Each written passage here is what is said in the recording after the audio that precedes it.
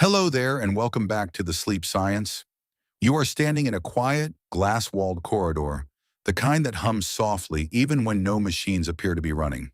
The lights are low and indirect, like an expensive sunset that never quite fades. Somewhere nearby, air circulates at a precisely calculated temperature, cool enough to keep you alert, warm enough to keep you calm. This is the world you're easing into tonight. A world where sleep is no longer something you stumble into after a long day, but something studied, engineered, and quietly guarded. And yes, you probably won't survive this. At least not the version of you that still believes sleep is just collapsing into bed and hoping for the best. So before you get comfortable, take a moment to like the video and subscribe, but only if you genuinely enjoy what I do here. And while you're at it, feel free to drop your location and local time in the comments. It's always comforting to know where in the world you're drifting off from. Now dim the lights, maybe turn on a fan for that soft background hum, and let's ease into tonight's journey together. You move forward, shoes silent on the polished floor, and you start to realize that this place, this imaginary but very plausible place, is not a hospital, not quite a lab, and definitely not a bedroom. It's a hybrid, a private sleep research facility, the kind funded quietly by people whose names you already know, even if you don't know you know them. Billionaires, tech founders, hedge fund legends, the sort of people who treat time as their most precious, non-renewable asset. And here, time is being stretched, protected, and possibly negotiated with. And the mainstream historical fact hiding beneath all this futuristic gloss is surprisingly old. Humans have been formally studying sleep for over a century, with the first sleep laboratories appearing in the early 1900s. By the 1950s, researchers had identified REM sleep, that strange phase where your eyes dart around under closed lids and your brain lights up almost like it's awake. That discovery alone reshaped neuroscience. But what's different now, what you can almost feel in the air, is motivation. These modern labs aren't just about understanding sleep. They're about survival. You pause near a door marked with nothing but a symbol, no words. Inside, someone is sleeping, or rather, someone is being slept. Electrodes trace the scalp, a chest rises and falls in perfect rhythm, and data streams silently to servers tucked away who knows where. And the quirky tidbit here, the one that sounds fake but isn't, is that some of these facilities reportedly employ sleep concierges. Real people, trained not to wake the sleeper, but to subtly intervene if their sleep architecture goes off script, adjusting light wavelengths, sound frequencies, even scent. Lavender is old news. Some labs experiment with barely perceptible metallic or ozone-like smells because the brain associates them with rain and safety. Your nose wrinkles a little at that thought. You keep walking, and you start to sense the underlying fear that built all this. It's not fear of death exactly. Death is abstract, distant, still negotiable if you have enough money. It's fear of decline, of waking up one morning just a fraction slower, of needing a name on the tip of your tongue and not finding it. Historians still argue whether the great empires of the past fell more from external pressure or internal exhaustion, but modern elites seem convinced that fatigue is the silent killer. Miss enough sleep and you miss patterns and you miss threats. Somewhere an overworked Roman senator nods in agreement. You sit, no, you recline, in a chair that automatically adjusts to your spine. It's impossible not to. And as you do, you realize how deeply this mindset has seeped into culture. Sleep used to be virtuous or lazy, depending on the era. Medieval monks treated it as a necessary evil. Industrial Revolution, factory owners treated it as an obstacle. Now, in certain circles, it's treated like a strategic asset, something to be optimized, defended, and quietly hoarded. Once a light joke drifts in as your shoulders relax, imagine flexing at a party and bragging not about your car or your jet, but about your sleep efficiency score. Oh, that? Yeah, 98%. I barely even dreamed. Ridiculous, but not impossible. Another door slides open in your mind, revealing rows of servers. This is where the data lives. Sleep stages, micro-awakenings, heart rate variability. Every night becomes a data set. There's something faintly unsettling about that, and you feel it even as your breathing slows. Scholars still argue whether quantifying sleep improves it or undermines it, whether the act of measuring rest turns it into another performance. You can almost hear the debate echoing softly, like voices in a library after closing time. You think back because your mind is still awake enough to wander to the ancient world. The quirky contrast is striking. Ancient Greeks believed sleep was a gift from Hypnos, a god who lived in a cave and could soothe even Zeus. Now, Hypnos has been replaced by venture capital and machine learning. Same goal, different branding. Your body sinks a little deeper. The chair, the room, the story, all of it conspires to slow you down. And somewhere far above this imagined lab, a billionaire lies in a perfectly darkened room, convinced that this surrender to controlled unconsciousness is the best hedge against chaos. It's almost funny in a dry way. For all the power in the world, survival still requires closing your eyes and hoping your brain does what it's done for hundreds of thousands of years. That's joke number 2, by the way. Even with infinite money, you still have to sleep like a mammal. Whereas the corridor fades and the hum becomes more like a distant ocean, you're left with one last thought for this stretch of the journey. Sleep in this world isn't passive. It's guarded, studied, and optimized because the people funding it believe, perhaps rightly, that the future belongs to those who can rest the deepest while the world stays loud. And with that idea settling gently beside you, like a pillow fluffed just right, you drift onward, ready to see how sleep became the newest longevity pill. You don't quite wake up as the corridor dissolves. You simply find yourself somewhere else, as if the building has rotated around you while your eyes stayed closed. The air feels thicker here, warmer, like a library where the books have been reading you back. This is where the idea settles in fully. Sleep in this world is no longer recovery. It's medicine. Not the kind you swallow, but the kind you schedule, optimize, and defend with the seriousness of a legal contract. You lie back, again, effortlessly, and the phrase echoes softly in your mind. Sleep as the new longevity pill. No bitter taste, no warning labels, just darkness and compliance. The billionaires funding these studies aren't doing it out of curiosity or self-care trends.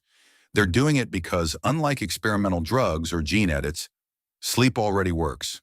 It has a track record measured not in decades, but in evolutionary time. The mainstream historical fact here is almost comforting in its simplicity. For as long as scientists have studied aging, sleep has been linked to lifespan. In the mid-20th century, long-term population studies began showing that chronically sleep-deprived people had higher rates of heart disease, metabolic disorders, and early mortality. This wasn't fringe science, it was public health. What's changed is who's paying attention. When billionaires noticed that 8 hours of darkness could outperform a shelf of supplements, the conversation shifted tone and budget.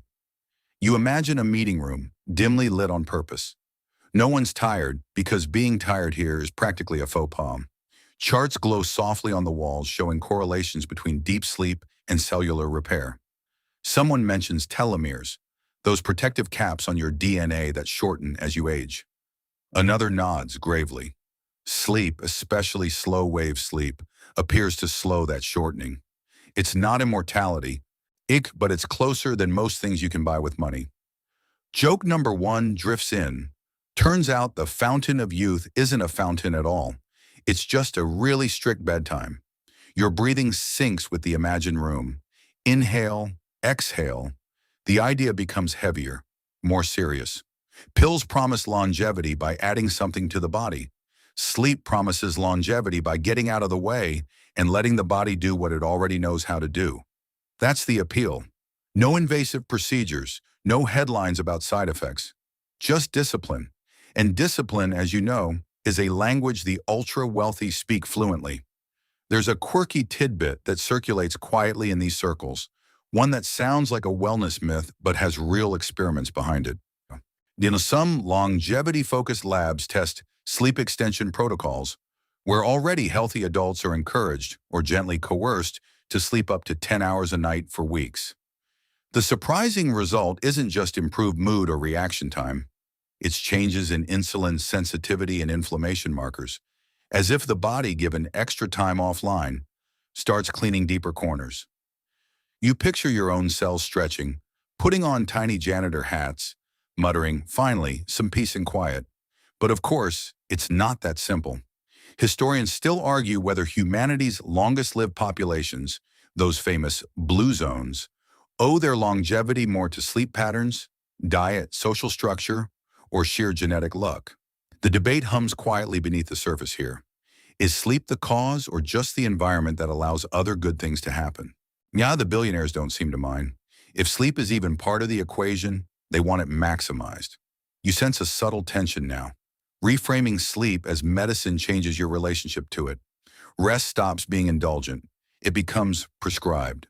There's a bedtime not because you're tired, but because the data says your growth hormone peaks at a certain hour. You're not listening to your body, you're managing it. Joke number 2 sneaks in. Congratulations, you're no longer a person.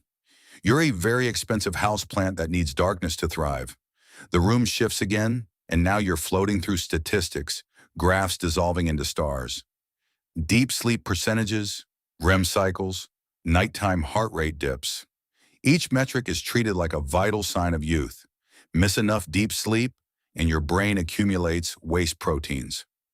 Miss enough REM, on an emotional regulation phrase. The message is subtle but relentless. Aging isn't just time passing. It's maintenance deferred. You remember because the story wants you to remember that earlier civilizations sensed this intuitively. Ancient Chinese medicine emphasized alignment with natural cycles, urging people to sleep earlier during winter months to preserve vital energy. They didn't have EEGs, but they had pattern recognition.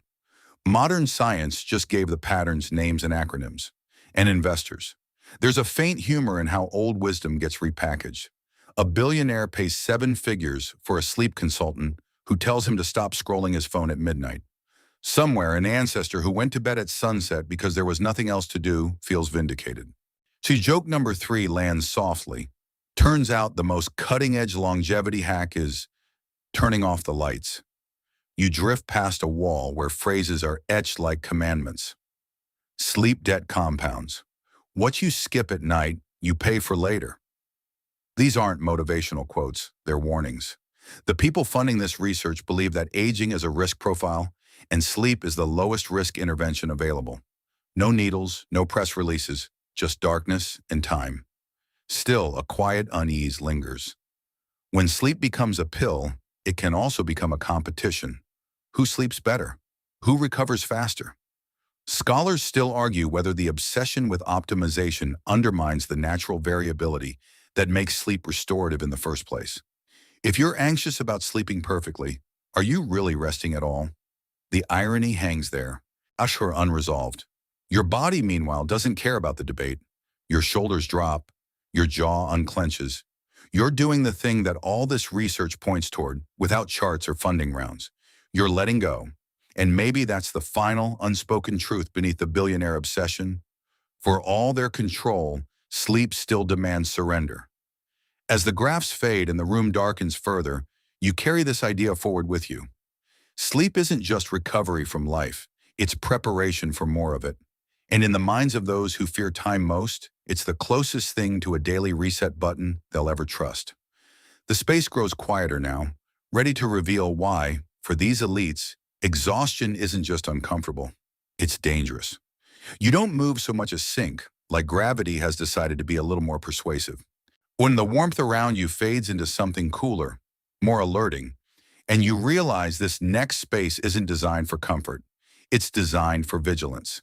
Here the mood shifts subtly, because the topic does. This is where the fear sharpens its edges. Why exhaustion equals vulnerability. You feel it in your own body first. That faint heaviness behind the eyes, the way thoughts blur at the edges when you haven't slept enough. Now imagine that feeling scaled up, weaponized against decision-making, memory, and impulse control. For the people at the top of complex systems, financial, technological, political, fatigue isn't just unpleasant, it's a liability. The mainstream historical fact anchoring this idea is well documented and slightly alarming. Lately, studies from the late 20th century showed that being awake for 17 to 19 hours straight impairs cognitive performance as much as being legally drunk. Reaction time slows, judgment falters, risk assessment goes out the window. This wasn't discovered in a wellness spa, it came from accident investigations, industrial disasters, medical errors, transportation crashes. Sleep loss leaves fingerprints. You imagine a control room at 3 in the morning. Screens glow, coffee goes cold. Somewhere in history, a tired human made a tired decision. The Exxon Valdez spill, the Challenger disaster, Chernobyl. Sleep deprivation didn't cause these events alone, but it was always in the background, like a saboteur wearing a perfectly ordinary face. That's the part that keeps elites awake at night, ironically enough. A quirky tidbit slides in quietly. During the Cold War, some governments experimented with fatigue profiling, tracking leaders' public schedules and appearances to estimate how sleep-deprived they might be. The logic was chillingly simple. If your opponent is exhausted, they're more predictable. You picture analysts squinting at grainy footage, debating whether a yawn was strategic or sincere. Historians still argue whether such profiling ever meaningfully influenced policy. But the paranoia alone tells you how seriously sleep was taken as a strategic weakness. You feel a subtle tension in your jaw as the idea lands. Exhaustion doesn't just slow you down, it makes you leaky. Emotions slip out. Impulses sneak in. The prefrontal cortex, the brain's internal adult supervision, goes off duty. That's why tired people snap, overspend, overshare. And for billionaires, that's not just embarrassing, it's dangerous. The room you're imagining now is sparse. No plush chairs, no soothing scents. Just data. Charts showing error rates climbing as sleep drops. Lines creeping upward like vines. Someone in a tailored jacket points to a graph and says quietly, "This is where people make mistakes." No one laughs. Joke number 1 arrives anyway, because your mind needs a little cushion. Turns out, sleep on it isn't folksy advice. It's basically threat mitigation. You think back to ancient warfare. Armies have always understood this intuitively. Roman legions rotated watches to avoid exhaustion. Sun Tzu warned about attacking a well-rested enemy. Sleep was logistics. Rest your troops, break theirs. Modern science just confirmed what generals already suspected while rubbing tired eyes by torchlight. And then there's the modern twist. In today's hyper-connected world, exhaustion is easier to hide and harder to escape. You can prop your eyes open with caffeine and adrenaline, but the brain knows. Microsleeps creep in, seconds-long lapses where consciousness flickers. The quirky detail here is that people often don't realize they've had a microsleep at all. From the inside, it feels like nothing happened. From the outside, it can look like a catastrophic delay. You feel your own breathing slow, grounding you as the topic grows heavier. This isn't meant to alarm you, it's meant to explain the obsession. If you control sleep, you reduce unpredictability. If you reduce unpredictability, you reduce risk. That's the equation. Historians still argue whether some infamous financial crashes were accelerated by leaders making calls while severely sleep-deprived. There's no smoking gun, just patterns, late-night meetings, early morning announcements, a culture that glorified grind over rest. The myth of the tireless genius dies hard. But quietly behind closed doors, the myth has been replaced by something more pragmatic, the well-rested strategist. Joke number 2 floats in softly. The all-nighter is great for college essays, terrible for running the world. You notice now how this fear of exhaustion bleeds into personal life. For elites, being tired feels like being exposed, like leaving a door unlocked. That's why sleep becomes scheduled, guarded, protected by layers of routine, blue light filters, travel adjustments. Staff trained not to interrupt certain sleep phases unless absolutely necessary. It's not luxury, it's armor. And yet, there's an unresolved tension humming beneath it all. Scholars still argue whether constant vigilance about sleep paradoxically increases stress, undermining the very rest it's meant to protect. If you fear fatigue too much, does sleep become another battlefield? Another thing to get wrong? Your body answers by doing what it does best. Your shoulders soften. Your breath deepens. You're not in charge of nuclear codes or global markets. Your vulnerability is allowed here. That contrast between your gentle surrender and their strategic defense hangs quietly in the air. Joke number 3 lands, barely a whisper. The richest people on earth are terrified of being tired, and you're about to fall asleep on purpose. As the cool room fades, you carry forward a clearer understanding. Sleep isn't just rest, it's resilience. Lose it and cracks form. Keep it and the system holds.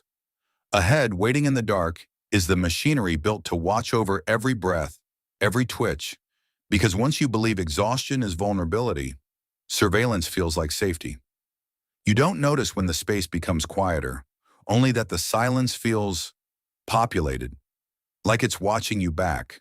The temperature evens out, neither cool nor warm, and you realize you've entered the part of the night where nothing is left unmeasured. This is where data, wearables, and night surveillance settle in around you, gentle but relentless, like constellations blinking awake overhead. You're lying down now. Of course you are. Somewhere along the way, the world decided you needed to be horizontal to understand this properly. Around you, on you, tiny sensors do their quiet work. A band at the wrist, a ring on a finger, a patch near the collarbone. None of them feel intrusive. That's the trick.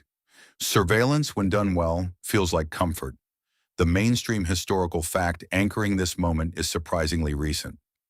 Consumer sleep tracking only really took off in the early 2000s, when accelerometers and heart rate sensors became cheap and small enough to wear all night.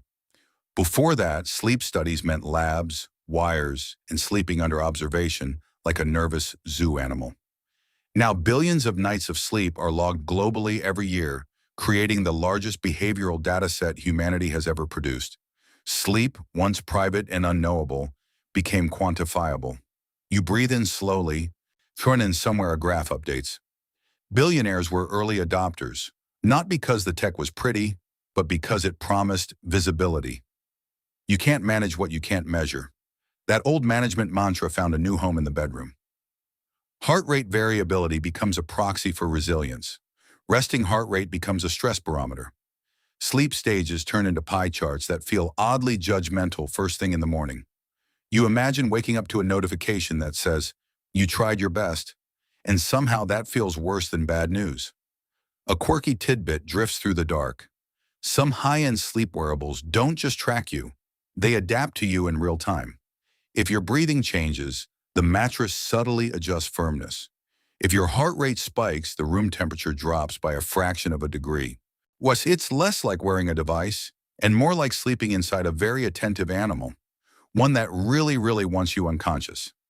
Historians still argue whether this explosion of self-tracking represents a golden age of self-knowledge or the beginning of outsourced intuition. When you rely on numbers to tell you how you feel, do you eventually forget how to feel without them? The debate hums quietly, like a server rack behind a wall. You shift slightly, and the imagined system notes it. Movement at 2:14, possible microarousal, nothing alarming, just logged. There's something faintly absurd about it, and joke number 1 slips in gently. Congratulations, you just rolled over and created a data point. The appeal of this surveillance is obvious when you think like someone who hates uncertainty. Sleep is a black box. You close your eyes, may hours disappear, and you wake up hoping something productive happened. Data promises to open the box, to tell you whether last night worked. For elites used to dashboards and analytics, this feels like sanity.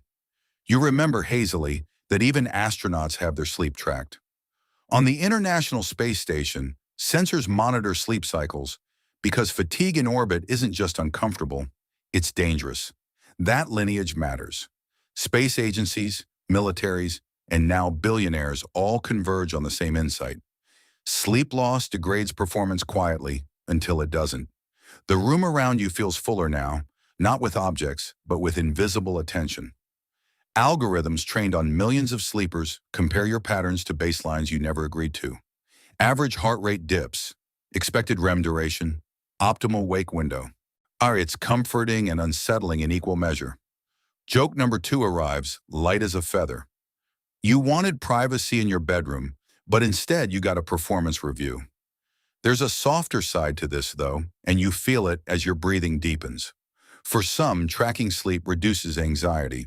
It validates the feeling of being tired. It turns vague exhaustion into something concrete, something you can point to and say, see, that's why. In that sense, data becomes permission to rest. And permission, as you're discovering, is powerful. But then comes the flip side. Obsession, checking scores before you even sit up. Feeling like a failure because your deep sleep dipped by 8%. Scholars still argue whether this phenomenon, sometimes called orthosomnia, creates a feedback loop where worrying about sleep actively disrupts it. Trying too hard to rest is a remarkably effective way to stay awake. You imagine a billionaire staring at last night's metrics with a frown, even though they feel fine, the numbers say otherwise. Which do you trust, your body or the dashboard? That question doesn't have a clean answer, and it lingers in the air like static. The historical echo returns, softer now. Ancient people didn't measure sleep, but they watched dreams, rhythms, seasons. They trusted patterns without graphs. Now the patterns are hyper-detailed, but trust is outsourced. You don't listen inward, you scroll. Joke number 3 drifts in, almost apologetically. At this point, your sleep knows more about you than some of your friends. As the imagined sensors continue their silent vigil, you feel something unexpected. Gratitude, not for the data, but for the simplicity of this moment. You're not optimizing. You're not checking a score. You're just here, breathing, letting the night pass without commentary. The system fades slightly, respectful at last. You understand now why surveillance feels like safety to those who can't afford blind spots. When every decision carries weight, knowing how well you slept feels like knowing how sharp your knife is before you use it. But you also sense the cost. Sleep, once watched too closely, changes character. It becomes something you perform, not something that happens to you. As the numbers dim and the room grows darker still, you drift onward, carrying a new awareness. The night can be measured, mapped, and optimized, but it can also be surrendered to. Ahead, waiting with a faint glow of screens and ambition, how is the culture that made all this feel not just normal, but necessary? You drift without effort into a place that feels louder, not in sound but in intention. The quiet hum you've grown used to now carries a faint buzz of ambition, like servers whispering to each other in a language made of deadlines. Welcome, without any announcement, to the Silicon Valley sleep obsession, where rest is treated with the same intensity once reserved for disruption and growth charts. You're no longer alone here.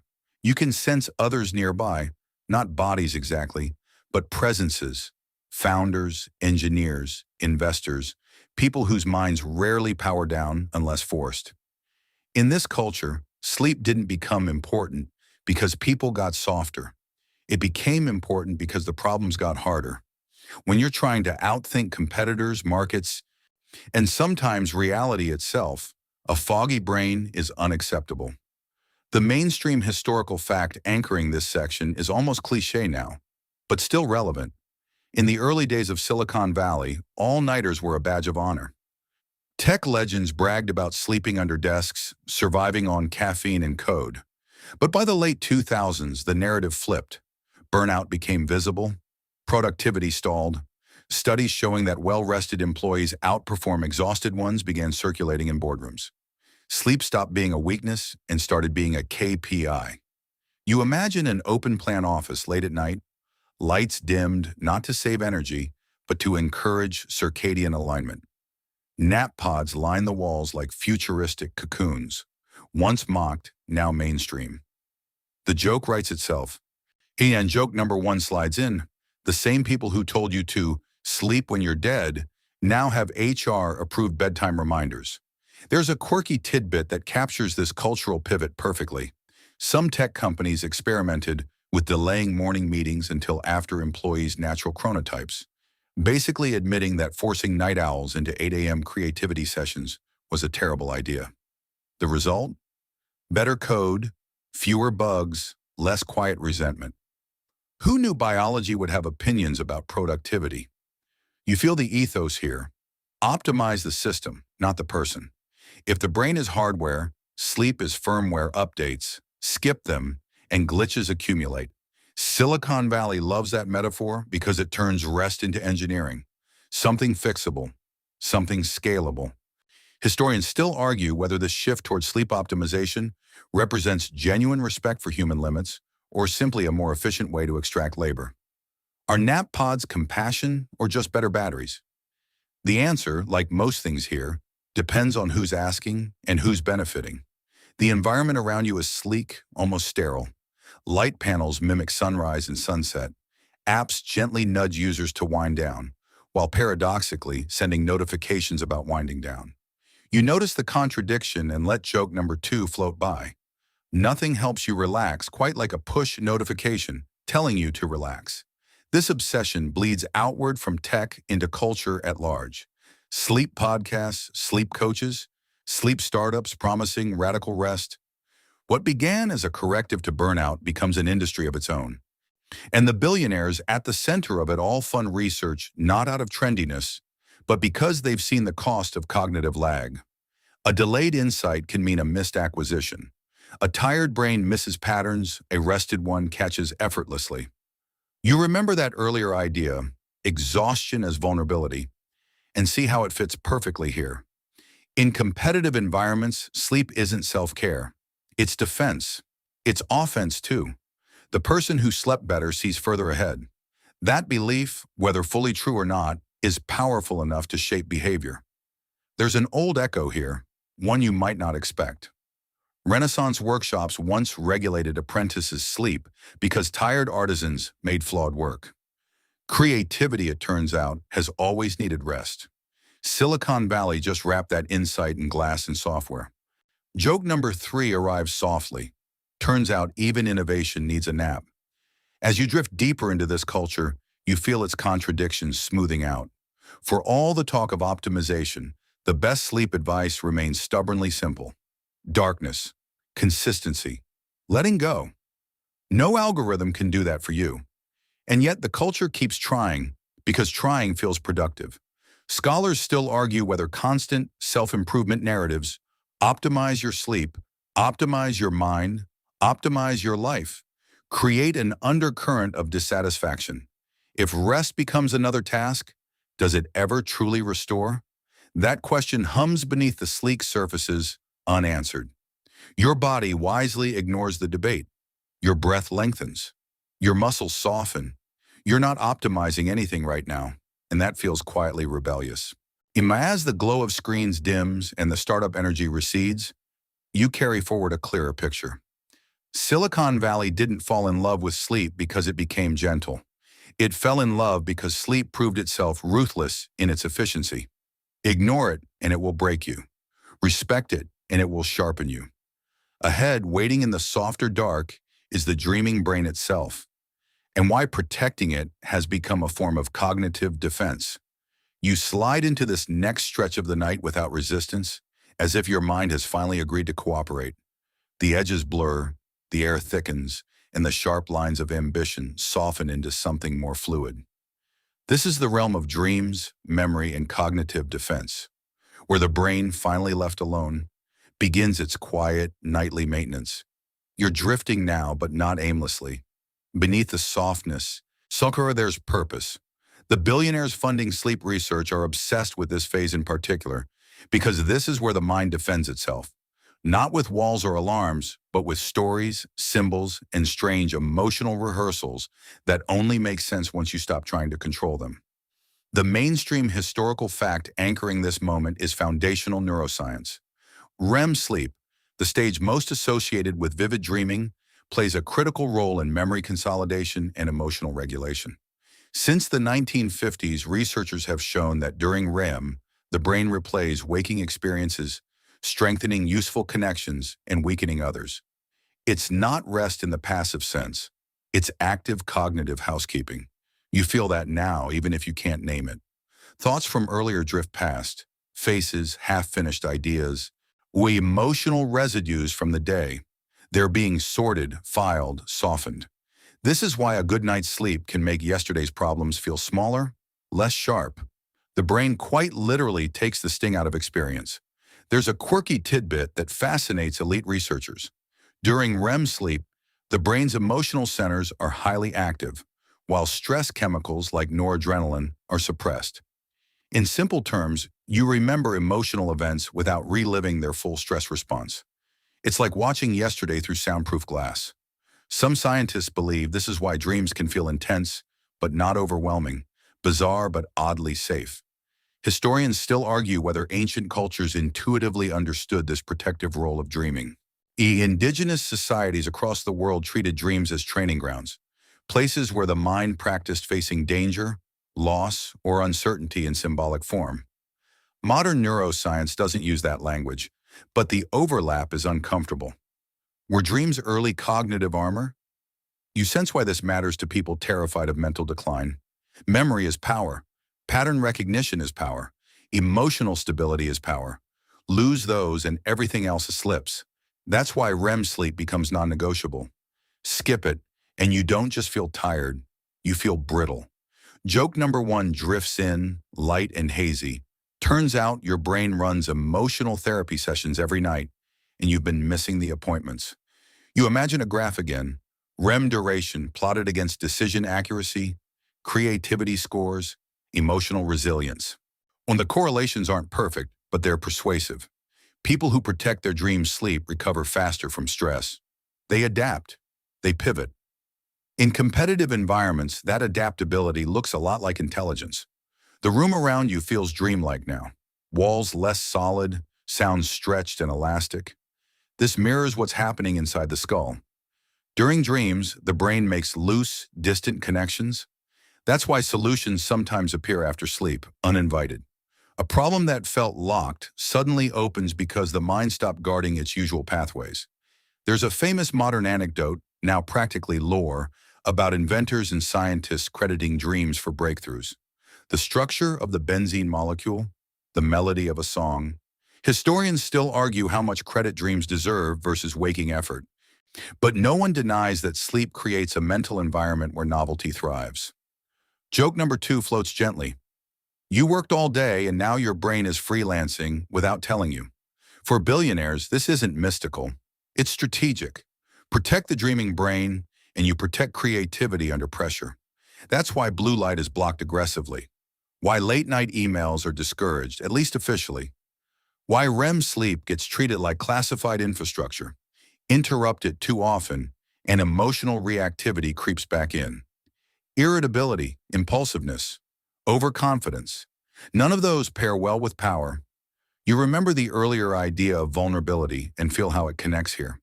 Sleep deprivation doesn't just slow thinking, it destabilizes emotion. That's dangerous. A tired brain overreacts, misreads social cues, higher escalates conflict. Scholars still argue whether chronic REM suppression contributes to long-term anxiety and mood disorders, but the short-term effects are clear enough to frighten anyone with influence. Joke number three slips in, barely audible.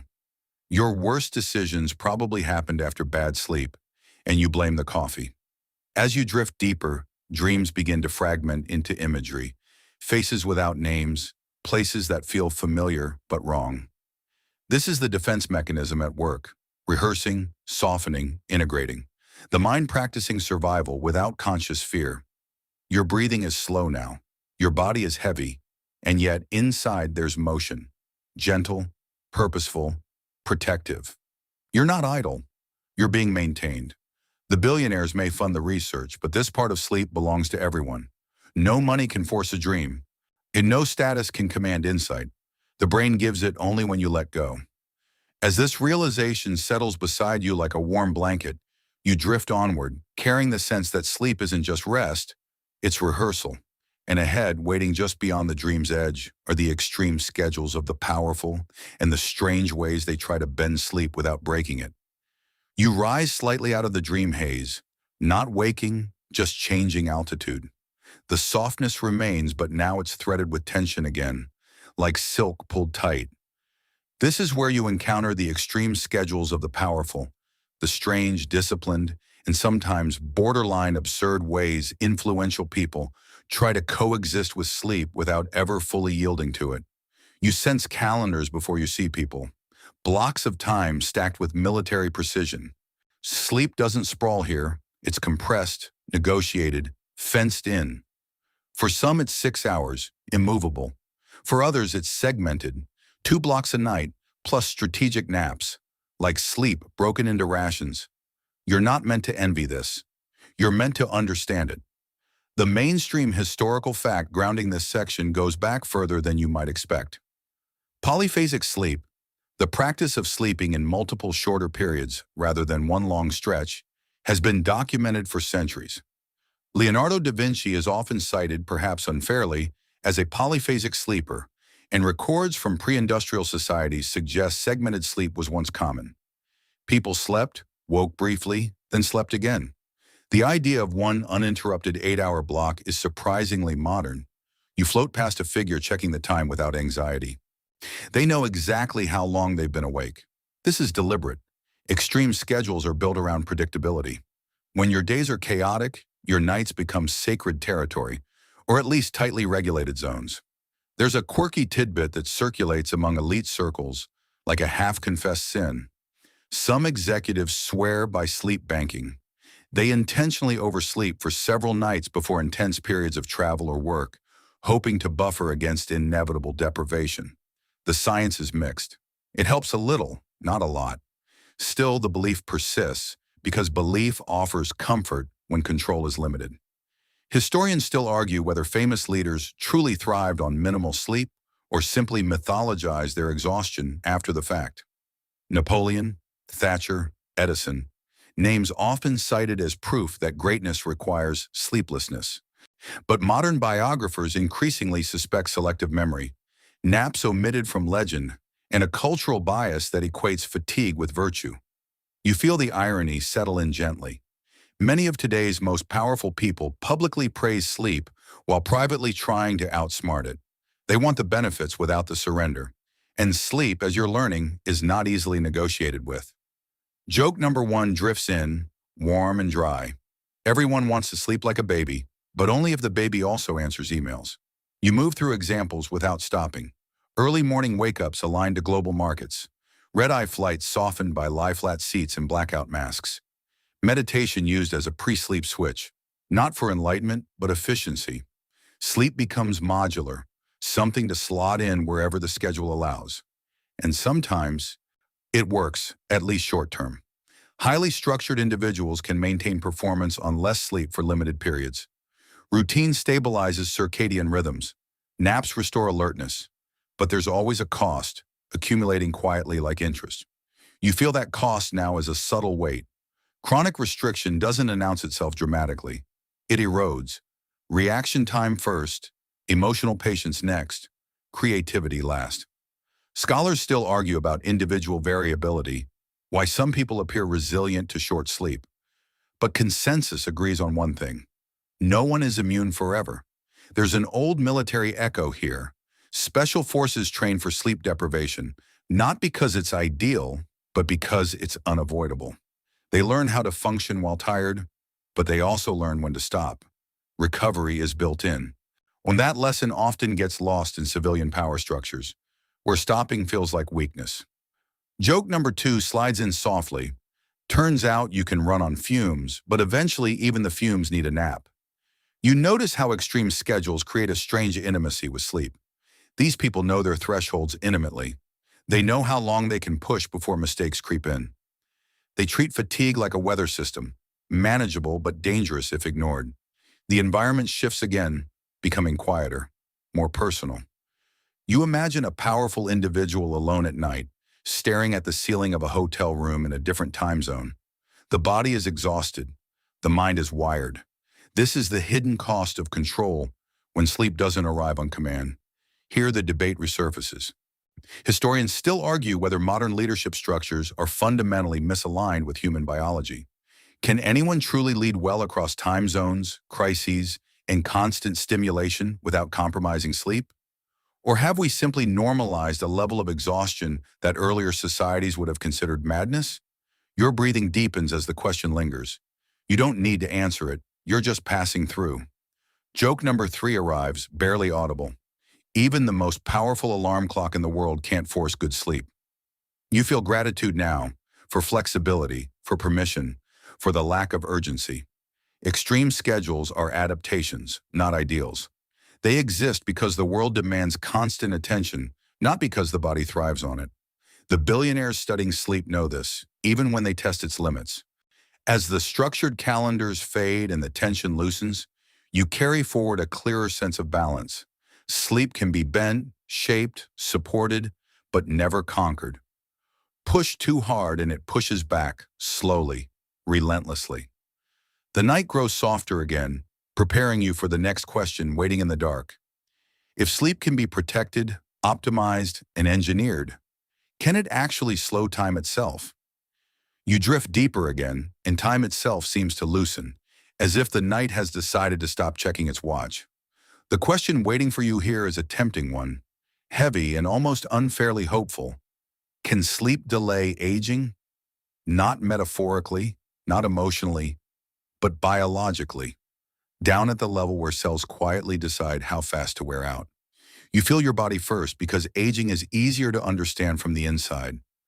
That faint stiffness that wasn't there years ago, the way recovery takes a little longer, the way one bad night of sleep now echoes for days instead of hours. The billionaires funding sleep research feel this too, even if their mattresses cost more than houses. Money, it turns out, doesn't cancel biology. It only lets you negotiate with it. The mainstream historical fact grounding this question is clear and surprisingly consistent.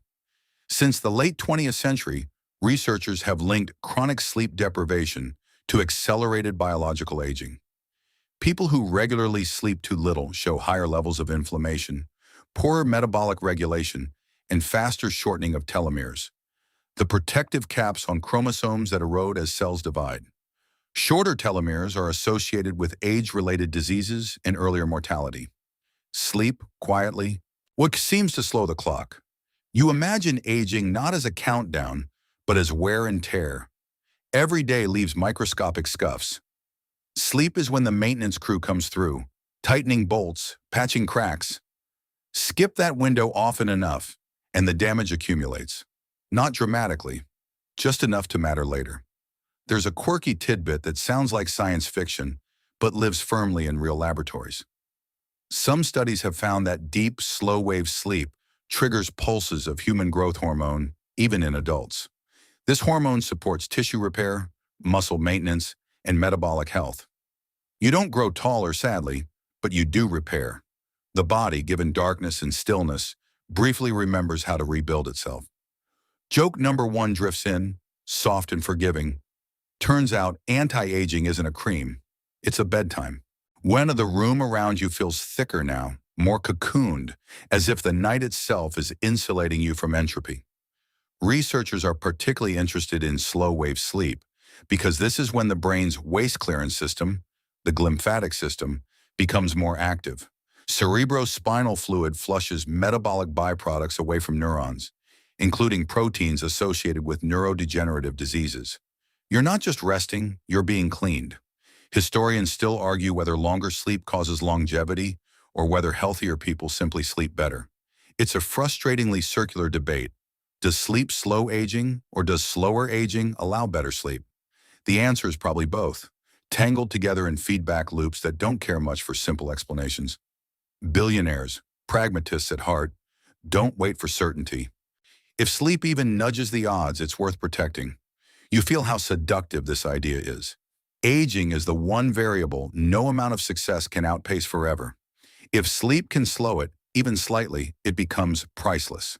Not because it promises immortality, but because it stretches time where it counts. Clarity, independence, memory. There's a subtle shift here from performance to preservation. Earlier, sleep was about sharper thinking, better decisions. Now it's about staying intact, about waking up at 70 with a brain that still recognizes itself. Joke number two floats gently. You can't stop time, but you can at least ask it to take a nap. The night deepens, and you sense the fear beneath the science. Cognitive decline, physical frailty, the slow narrowing of life. When sleep research offers something radical in its simplicity. You don't need to add anything. You just need to allow something.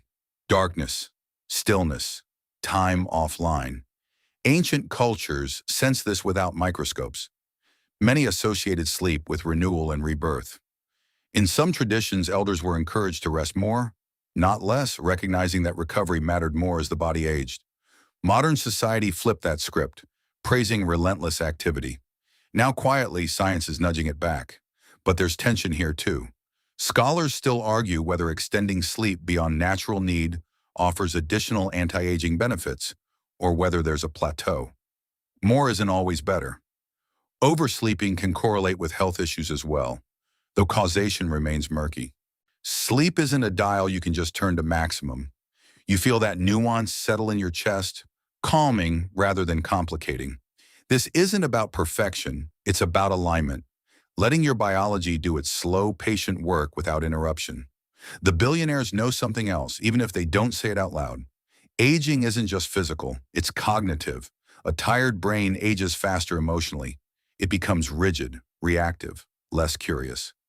Protecting sleep protects flexibility, the ability to adapt, to learn, to change your mind. That, in a strange way, is youth. Joke number 3 arrives, barely louder than a thought. Staying young might just mean staying well-rested enough to care. You notice how your own body responds to this idea. Your breath is slow, your muscles are heavy. There's no urgency here, no optimization, just cooperation. This is what the research points toward. Stripped of hype and investment decks, sleep creates the conditions for longevity, but only if you let it be ordinary. No machines humming, no metrics glowing, just you, aging a little more gently tonight than you would have otherwise. As the night continues to stretch and soften, you carry this understanding forward. Sleep may not stop time, but it seems to sand down its sharpest edges.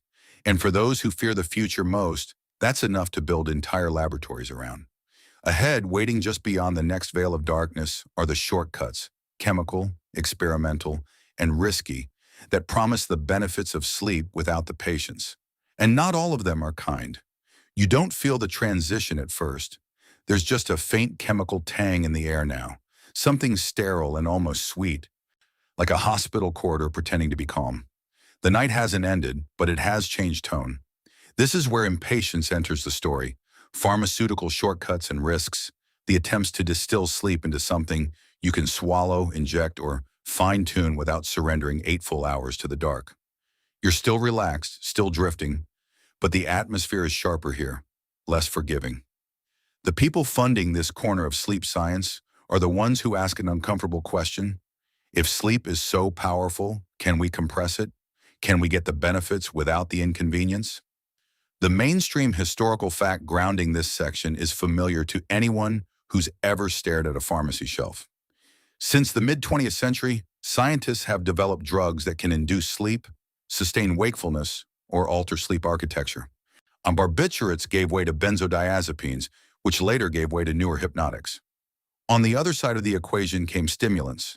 First caffeine, then prescription wake-promoting agents designed for narcolepsy, shift work, and military use. Sleep, chemically speaking, became adjustable. You imagine a table laid out neatly, pills in soft colors, names that sound reassuring. Aid, support, enhance. The promise is seductive. Fall asleep faster, stay asleep longer, wake up sharper. No tossing, no waiting, just compliance in tablet form. There's a quirky tidbit that feels almost unbelievable until you remember how much money's involved. Some experimental compounds don't aim to increase sleep at all. Instead, they try to mimic the molecular effects of deep sleep on the brain, or triggering certain repair pathways while you remain partially awake. It's the holy grail of efficiency, rest without rest. The results so far are mixed. The brain, stubborn thing that it is, seems to know when it's being tricked. Historians still argue whether pharmaceutical sleep is truly sleep at all, or a state that merely resembles it from the outside. EEGs may show sedation, but the deeper architecture, the natural cycling between stages, often looks distorted. It's like photocopying a painting. The outline is there, but something essential gets lost. You feel that loss intuitively. Chemically induced sleep feels heavier, flatter, less narrative. Dreams become blunted or strange. You wake up technically rested, but not quite restored. That's not universal, but it's common enough to worry the people who understand what's at stake. Joke number 1 drifts in. dry, and gentle. Turns out knocking yourself out isn't the same as going to sleep. Who knew? The risk becomes clearer as you drift past more data. Many sleep medications suppress REM sleep or alter deep sleep patterns. Over time, that can erode the very benefits people are chasing. Emotional regulation, memory consolidation, creativity. You're unconscious, but your brain misses its nightly therapy session. Then there's dependency. The brain adapts quickly. What worked once needs more next time. Withdrawal brings rebound insomnia, vivid dreams, anxiety. Scholars still argue how much long-term use of certain sleep drugs contributes to cognitive decline, but caution hangs thick in the air. Short-term help can quietly become long-term interference. On the wakefulness side, the risks are different but no less real. Stimulants can mask fatigue without repairing it. Reaction time improves, yes, but judgment doesn't always follow. Emotional volatility creeps in. Confidence inflates. The body keeps score even when the mind feels sharp. Joke number 2 slips in, almost apologetic. Caffeine lets you borrow alertness from tomorrow with interest. You sense why billionaires approach this space carefully. The appeal is obvious. Stay productive, sleep less, age slower, win more. But the margin for error is thin. Chemical shortcuts don't negotiate. They don't adapt. They don't care about long-term consequences unless forced to. Ancient echoes resurface again. Herbal sleep aids have existed for thousands of years. Valerian, poppy, chamomile. Even then, cultures warned about overuse. Too much artificial sleep dulled the spirit, they said. Modern language would say cognition, but the intuition was the same. Historians still argue whether humanity's relationship with sleep drugs reflects progress or impatience. Are we solving a problem or refusing to accept a limit? The answer changes depending on how tired you are when you ask it. Joke number 3 lands softly. If sleep is free, the shortcuts are usually expensive, in money or in side effects. You feel relief now, drifting away from the chemical sharpness back towards something more organic. Your own sleep, unassisted, imperfect, but honest. No pills counting down in your bloodstream. No artificial alertness pushing against biology. Just the slow rhythm you were built for. The billionaires funding this research know something important, even if it's uncomfortable. Shortcuts can help in emergencies, transitions, crises, but survival, real, long-term survival, comes from cooperation with sleep, not domination over it. As the last traces of sterile light fade, you move onward, deeper into the night. Ahead, waiting quietly, are the spaces built to shape sleep without drugs at all. Bedrooms turned into laboratories where air, light, and sound are engineered to do what chemistry sometimes can't. You ease out of the sharp, clinical edge of chemistry and into something softer, almost luxurious. The air changes first. Cool, clean, faintly mineral. Then the darkness deepens, not black, but velvety, layered. This is where biohacking bedrooms take shape.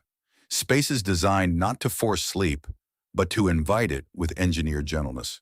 You're aware of the room around you without needing to see it. The mattress subtly supports you when responding to pressure before you fully register it. The walls absorb sound instead of bouncing it back.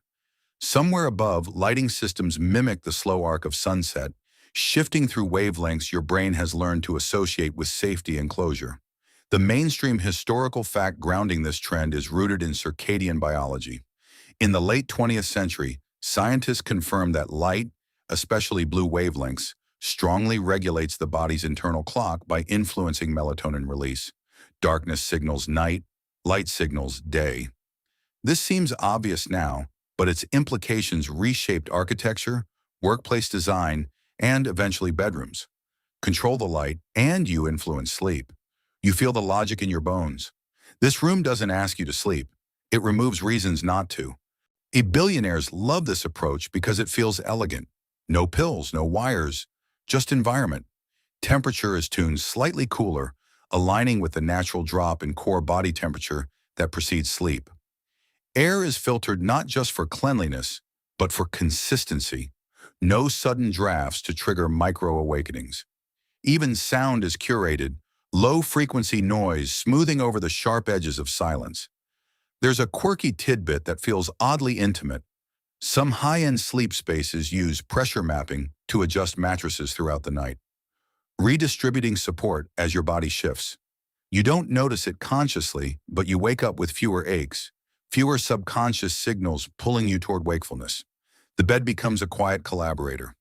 Historians still argue whether this level of environmental control represents progress or overcorrection. For most of human history, people slept with noise, temperature swings, unpredictability, and yet sleep happened. The counter-argument is simple. Modern life is louder, brighter, more intrusive than anything our ancestors faced. The bedroom now is a refuge. You feel that refuge as your breathing slows further. The room seems to breathe with you. Inhale, exhale.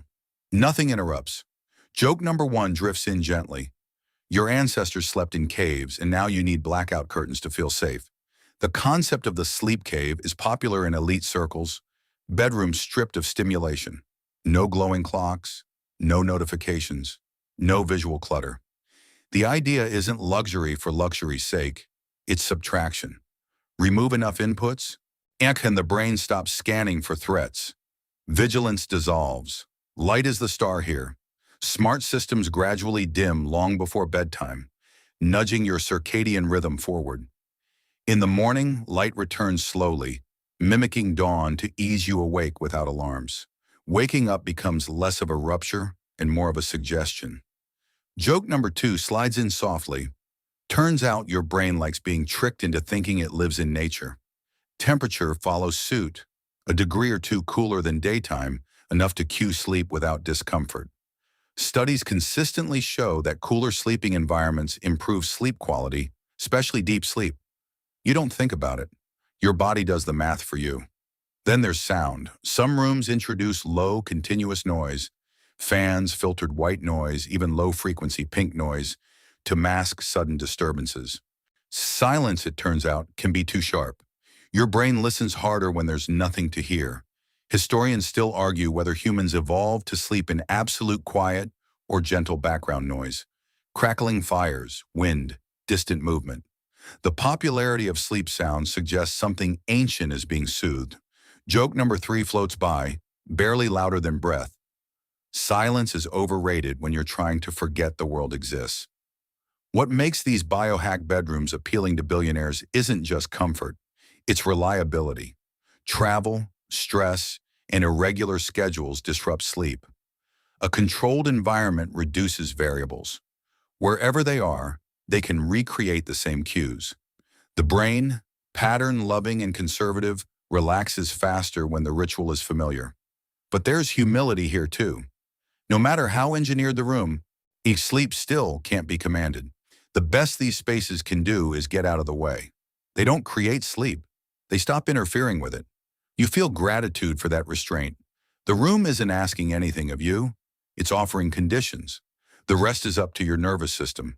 As the environment fades into background, you carry forward a sense of possibility. Sleep doesn't always need to be forced or medicated. Sometimes it just needs the right silence, the right darkness, the right coolness, and permission. Ahead, waiting quietly beyond the walls of this perfect room, is a darker application of sleep science.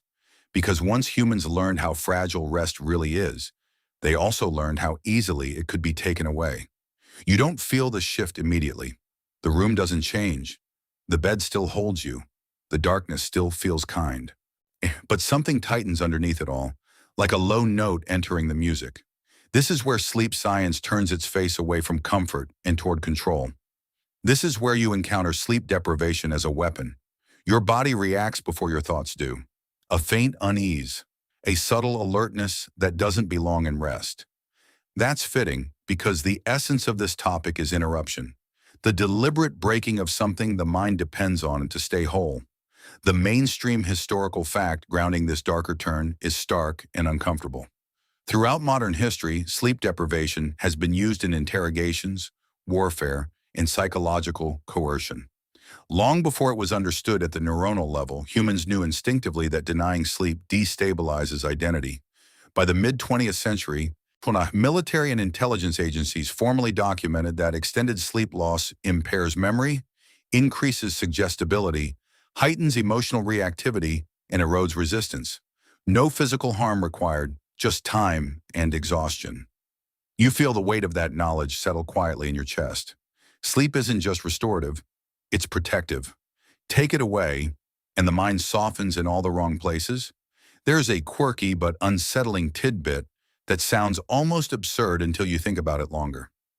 In some early studies, subjects deprived of sleep began to experience brief dream intrusions while awake, hallucinations, distorted perceptions, emotional flooding. The boundaries between waking and dreaming blur. Reality loses its crisp edges. The brain, desperate to complete its cycles, starts leaking. Historians still argue whether sleep deprivation alone can fully break a person, or whether its power lies in combination with fear, isolation, and uncertainty. But no one disputes its amplifying effect. Exhaustion makes everything louder.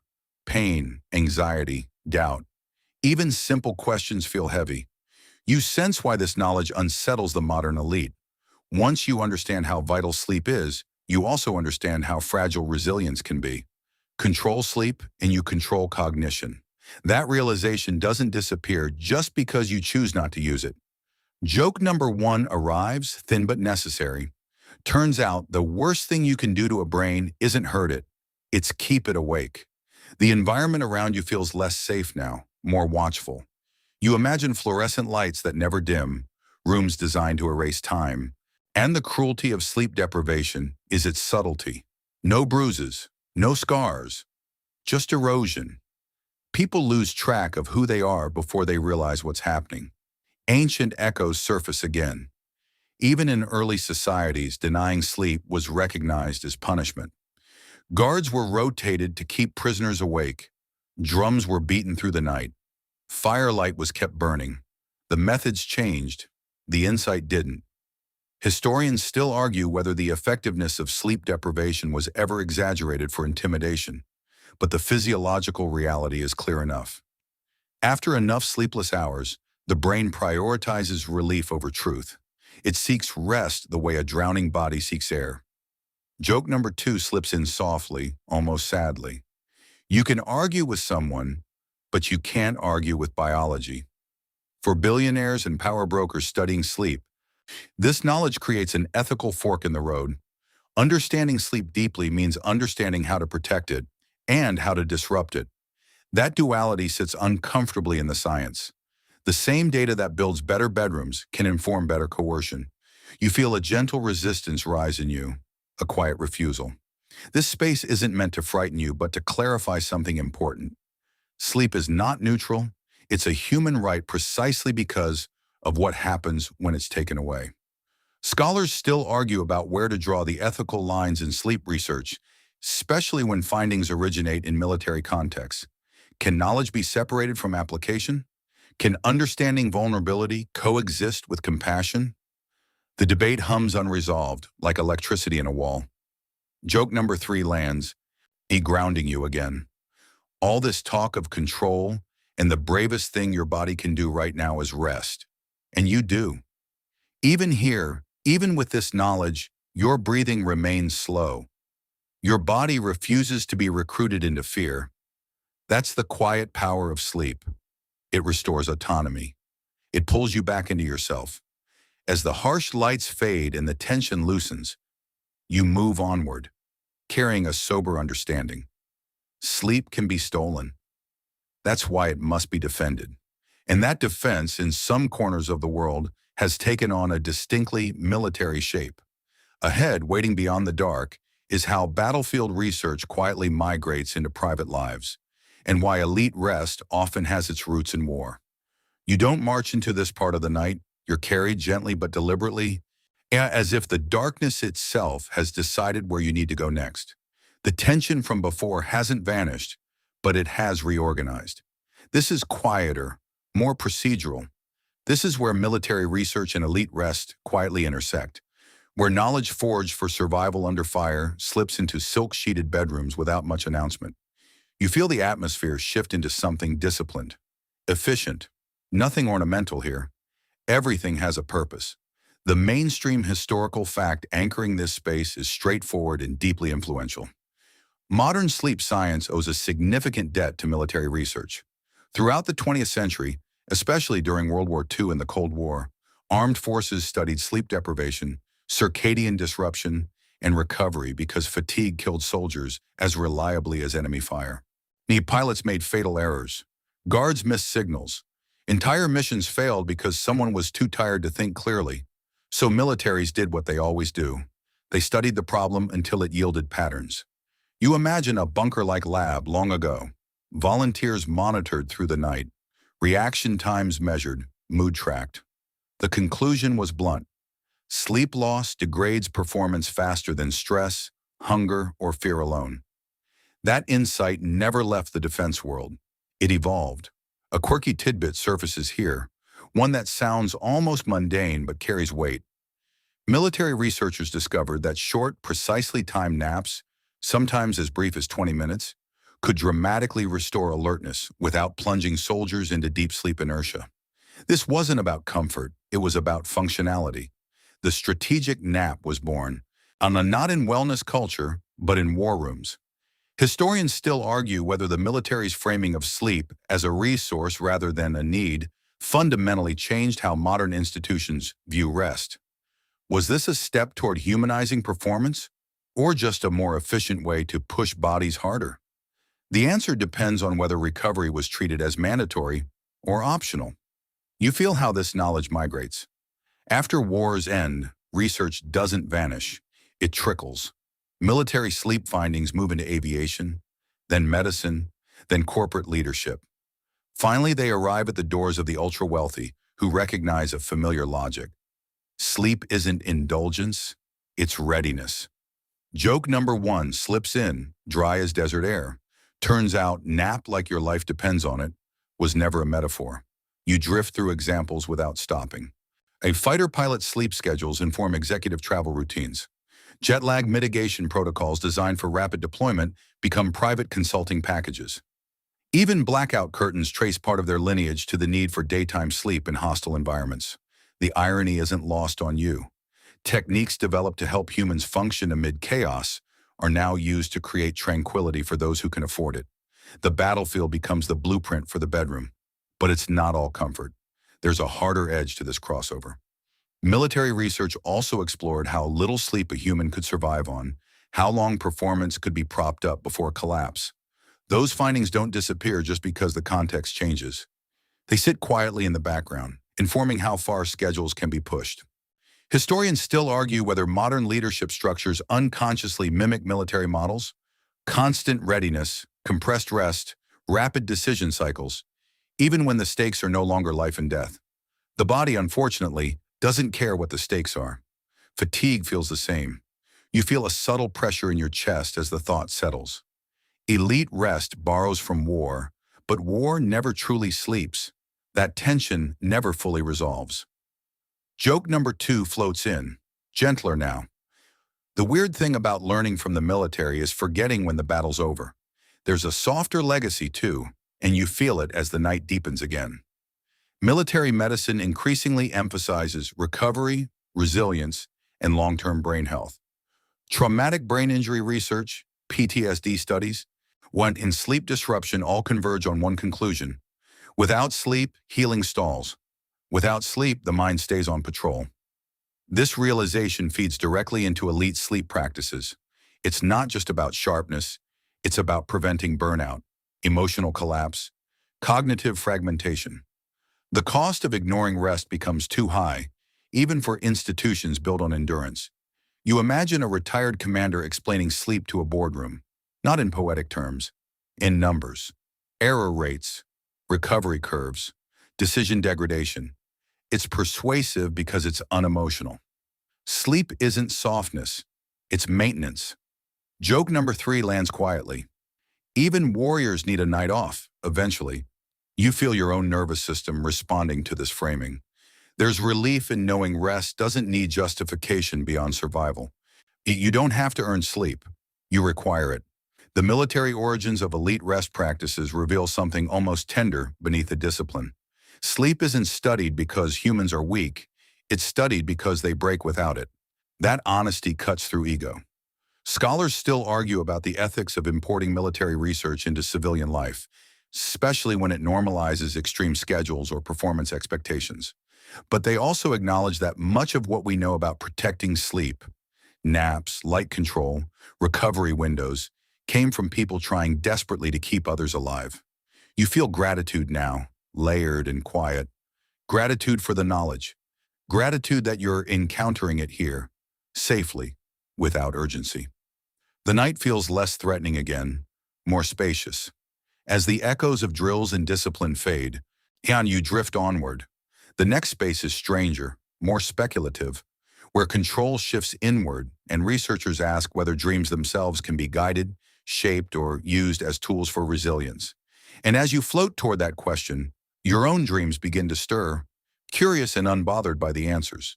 You drift into this part of the night as if crossing a thin, invisible membrane. The darkness feels softer here, more elastic, and images begin to form without asking permission. This is the threshold where researchers lean forward in their chairs and whisper carefully, dream control and lucidity experiments. The attempt to step into the dreaming mind without waking it up. You're still asleep, but not entirely gone. The mainstream historical fact anchoring this strange territory reaches back further than modern labs. Lucid dreaming, being aware that you're dreaming while still inside the dream, was formally described in scientific literature in the early 20th century, but it had been recorded in Tibetan Buddhist practices for centuries before that. Monks trained to recognize the dream state, not to escape it, but to explore consciousness itself. Western science arrived later, blinking, notebooks in hand. You feel that awareness flicker now. Not full lucidity, just a gentle clarity. The dream doesn't collapse when you notice it. It waits. Modern researchers became interested in lucid dreaming, not because it's mystical, but because it's measurable. In the 1970s and 80s, sleep scientists confirmed lucidity by asking dreamers to move their eyes in specific patterns once they realized they were dreaming. The signals showed up clearly on sleep lab recordings. One proof that awareness could exist inside REM sleep without breaking it. That discovery cracked the door open. Billionaires fund this research for reasons that sound poetic, but are deeply practical. If you can enter dreams deliberately, you may be able to rehearse skills, process trauma, or spark creativity without the emotional cost of waking stress. The brain is plastic here. Defensive walls are down. There's a quirky tidbit that feels almost playful. Some experiments use subtle sound cues or light flashes during REM sleep to nudge dreamers toward lucidity. A soft tone woven into the dream, a flicker interpreted as a sunrise inside the dreamscape. The goal isn't control, it's recognition. Let the dream continue, but let the dreamer know where they are. Historians still argue whether lucid dreaming represents a natural extension of consciousness or an artificial intrusion into a process best left alone. Does awareness enhance the dream's benefits, or does it hijack them? The debate is unresolved, but fascination persists. You feel the allure immediately. Dreams are already doing important work: memory integration, emotional regulation, creative synthesis. What if you could gently steer that process? Practice a speech, explore a problem, face a fear symbolically, and wake up lighter. Joke number one drifts in, half amused. Turns out even your subconscious is open to coaching. Some elite researchers are cautious. Lucidity changes the texture of REM sleep. Brain regions associated with executive control, normally quiet during dreams, light back up. That may reduce the emotional smoothing dreams usually provide. You gain clarity but risk losing softness. Scholars still argue whether frequent lucid dreaming alters long-term sleep quality or emotional resilience. The data is young. The questions are old. How much control is too much? You notice how this mirrors everything else you've encountered tonight. The tension between surrender and mastery. Sleep gives freely, but only when you let go. Every attempt to optimize risks waking something that prefers to work unseen. Joke number two floats by, barely stirring the dream. Micromanaging your dreams is a bold move for a species that forgets its keys. Still, the experiments continue. Trauma therapy explores dream rescripting, changing the ending of recurring nightmares. Creativity researchers explore lucid states as idea playgrounds. Athletes rehearse movements in dreams, activating neural pathways without physical strain. The sleeping brain, it turns out, listens. And yet, the most powerful dreams often arrive uninvited, uncontrolled, strange. They bypass ego entirely. Billionaires may fund the labs, but they can't buy the best dreams. Those still arrive on their own terms. Joke number 3 lands gently. The richest minds in the world still have to wait for their dreams like everyone else. You feel the dream imagery thinning now, becoming less insistent. Awareness softens again. Control loosens. And that's exactly right. The night slows here, deliberately, as if someone has turned a dimmer switch you didn't know existed. Your thoughts lengthen. The spaces between them widen. Nothing needs to be solved. Nothing needs to be optimized. When you've wandered through laboratories, boardrooms, battlefields, and dreams themselves, and now all of that knowledge settles into something simpler. You're safe. Your body knows what to do next. It always has. Long before sleep was measured, optimized, or studied for survival, it was just a rhythm, darkness, rest, renewal. A quiet agreement between you and time. Your breathing is unforced now. In and out. Each cycle slower than the last. Muscles release their last small tensions, the kind you didn't even realize you were holding. Jaw, shoulders, forehead. Let them go. You don't need to control your dreams tonight. You don't need to remember them either. Let them arrive or not arrive. Let them do their work without supervision. The mind is remarkably competent when left alone.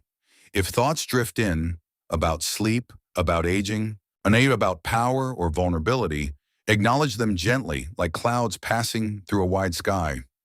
You don't have to follow them. They'll move on by themselves. The world outside keeps turning. Systems hum. Lights stay on somewhere. But none of that requires you right now. This moment is small and complete. A pause, a reset that asks nothing in return. Rest here. Let the night carry you the rest of the way. You don't wake after the wind down. You simply shift, like a sleeper rolling toward the cooler side of the pillow. The calm remains, but beneath it there's a quiet ache, a concern so universal it barely needs words. This is where you encounter the fear of cognitive decline, the unspoken anxiety that haunts power, success, and identity more than illness ever could. You feel it as a question rather than a threat. What if one day your mind doesn't respond the way it used to? What if names slip, patterns blur, ideas arrive slower or not at all? For billionaires whose influence depends on sharp thinking, this fear isn't abstract. It's intimate. It sits with them in the dark. The mainstream historical fact anchoring this fear is now deeply embedded in neuroscience. Cognitive decline, ranging from mild impairment to dementia, is strongly associated with sleep disruption. Large population studies have shown that people who consistently experience poor or fragmented sleep have a higher risk of developing neurodegenerative conditions later in life. Sleep isn't just rest for the brain, it's protection. You feel the truth settle in your chest, steady and heavy. During deep sleep, the brain clears metabolic waste. Miss enough nights, and that waste accumulates. Proteins associated with Alzheimer's disease don't appear overnight. They build slowly, silently, over years of insufficient rest. The fear isn't sudden collapse, it's gradual erosion. There's a quirky tidbit that sounds unsettling but strangely hopeful. In some studies, improving sleep quality in middle-aged adults has been associated with measurable improvements in memory and attention within weeks. Not cures, not miracles, but reversals, small, meaningful ones. The brain, it turns out, is not as fragile as it sometimes feels. It responds quickly when given the chance. Historians still argue whether past societies experienced cognitive decline differently or simply lacked the language to describe it. Elders losing memory were once folded into family structures rather than isolated as patients. Today, when decline feels more frightening because identity is so tightly bound to productivity, forgetfulness isn't just loss, it's disempowerment.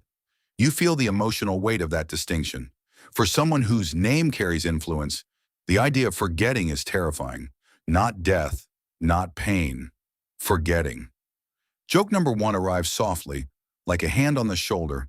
Turns out the scariest thing about losing your mind is noticing it first. That's why sleep becomes obsession. It's one of the few levers that seems to protect cognition without trade-offs. No surgery, no drugs, just consistency, darkness, time. For elites who distrust randomness, sleep feels like something they can still influence. You imagine a late-night thought whispered rather than spoken. As long as I can think clearly, I'm still me. Sleep becomes a guardian of selfhood. Research adds nuance here. REM sleep supports emotional memory and adaptability. Deep sleep supports factual memory and neural repair. Miss either long enough and cognition tilts. You don't become unintelligent. You become rigid, reactive, forgetful, the kind of changes that are hard to notice from the inside at first. Historians still argue whether modern environments, constant stimulation, artificial light, irregular schedules, are accelerating cognitive aging across populations. The data isn't settled, but the suspicion lingers. Brains evolved for cycles. We live in interruption. Joke number 2 floats by, gently amused. Your brain didn't sign up for 24/7 Wi-Fi. You feel a subtle relief knowing that decline isn't inevitable in the way it's sometimes framed. Sleep doesn't guarantee preservation, but it shifts probabilities. It buys time. It keeps neural circuits flexible longer. For people obsessed with control, that statistical edge matters. But there's another layer, quieter and more human. Cognitive decline threatens not just competence, but connection. Memory is how you recognize faces, stories, shared moments. Sleep protects that web. Without it, relationships thin. You imagine someone wealthy, powerful, lying awake not from stress, but from fear of waking up different, slower, less sure. That fear doesn't care about bank accounts. It's universal. Sleep research just gave it a focal point. Joke number 3 lands lightly. Sleep won't make you smarter overnight, but skipping it can definitely make you dumber by morning. There's humility here too. No amount of optimization guarantees clarity forever. Sleep is protective, not omnipotent. Scholars still argue how much influence sleep has compared to genetics, education, and environment, but consensus holds on one thing. Without sleep, everything else works worse. You feel your own mind now. Quiet, unhurried. Words arrive easily. Thoughts don't trip over themselves. This is the state the research points toward, stripped of fear. Not brilliance, stability, presence. The fear of cognitive decline, when softened, becomes motivation rather than panic. It nudges people toward routines, toward evenings that slow instead of accelerate, toward respecting limits instead of fighting them. As the night deepens again, you carry this understanding forward. Sleep isn't about becoming extraordinary. It's about staying yourself for as long as possible. Ahead, waiting patiently in the dark, it is the body's other great ally in survival, the immune system, and the quiet way sleep keeps it standing guard while you rest. You sink into this next stretch of night as if lowering into warm water, the kind that holds you without effort. The fear from before dissolves into something steadier. This is where the focus shifts from mind to body, sleep, immune systems, and survival. The quiet partnership that keeps you standing even when you're not aware of it. You feel small processes stirring beneath your awareness, cells signaling, systems coordinating. Nothing dramatic, just maintenance. Sleep is when the body stops reacting and starts repairing. The mainstream historical fact anchoring this relationship is now well established in medical science. Adequate sleep strengthens immune function, while chronic sleep deprivation weakens it. In people who consistently sleep fewer hours are more susceptible to infections, respond less effectively to vaccines, and recover more slowly from illness. This isn't speculation, it's measurable biology. You imagine the immune system like a night shift crew.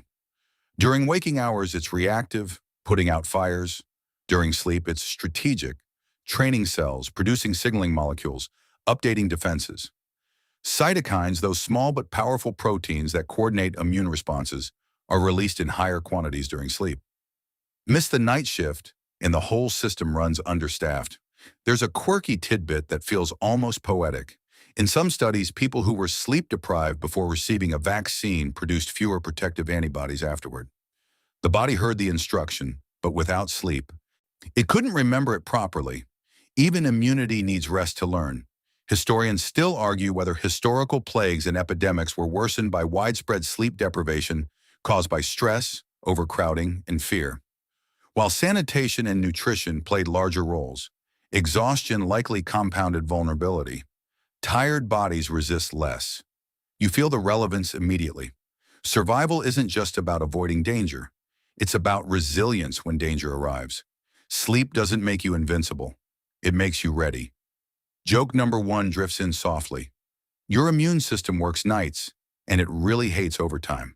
The ultra-wealthy understand this more viscerally than they admit. Illness interrupts everything: plans, productivity, image. Sleep becomes preventative medicine, not in theory, but in practice. That's why recovery windows are protected after travel. Why exposure is managed. Why getting sick feels almost unacceptable in elite circles. But there's humility here too. No matter how optimized your environment, immune systems still rely on sleep's rhythms. Supplements can't replace it. Infusions can't override it. The body insists on darkness and time. You imagine an ancient village, night settling in, fires dim, activity slows, sleep spreads like a protective blanket across the community. Even without microscopes, people sensed that rest mattered when illness loomed. Go lie down, they'd say. You'll heal faster. They were right. Historians still argue how much of that wisdom was instinct versus observation, but the outcome was the same. Rest was medicine. Joke number two floats by, barely stirring the water. Turns out, get some rest was never bad advice. Modern science adds detail. During sleep, the body reallocates energy toward immune activity. Fever responses are regulated. Inflammation is modulated. Sleep deprivation, on the other hand, increases chronic low-grade inflammation, a state linked to heart disease, diabetes, and accelerated aging. The immune system without sleep starts fighting the wrong battles. You feel gratitude for the simplicity of it. Survival doesn't always require action. Sometimes it requires stepping aside and letting the body work uninterrupted. Billionaires fund sleep research partly because they understand risk management. Immune resilience reduces unpredictability. Fewer sick days, fewer complications, fewer variables. Sleep becomes insurance. But for you here, it's something gentler. It's permission. Permission to let your body stand guard without supervision. Joke number three arrives like a whisper. You don't have to stay awake to protect yourself. Your immune system has it covered. Your breathing is slow now. The night feels protective rather than empty. You're wrapped in processes older than language, older than wealth. Cells dividing, signals passing, repairs happening without commentary. As this understanding settles, you drift onward. The question waiting next isn't biological but moral. If sleep can be optimized, protected, and weaponized, what happens when only some people get access to truly good rest? That question hums quietly as the darkness carries you forward. You drift onward, buoyed by warmth and steadiness, until the night presents you with a quieter, heavier question. And it doesn't demand an answer. It simply sits beside you. This is where ethics enter the dream, the ethics of hoarded rest, and what it means when sleep itself becomes unevenly distributed. You feel the contrast immediately. On one side, silence, darkness, control. On the other, noise, light, unpredictability. Sleep, once universal, begins to look like a resource, one some people can protect and others can't. The mainstream historical fact anchoring this unease is rooted in public health. Sleep deprivation disproportionately affects people with lower incomes, shift workers, caregivers, and those living in dense or unstable environments. This isn't about discipline or willpower, it's about conditions. Noise pollution, long commutes, multiple jobs, artificial lighting, and stress all erode sleep quality. Rest, like many health outcomes, attracts with inequality. You feel that reality settle quietly. Some people buy silence, others endure it. There's a quirky tidbit that feels almost too symbolic to be real.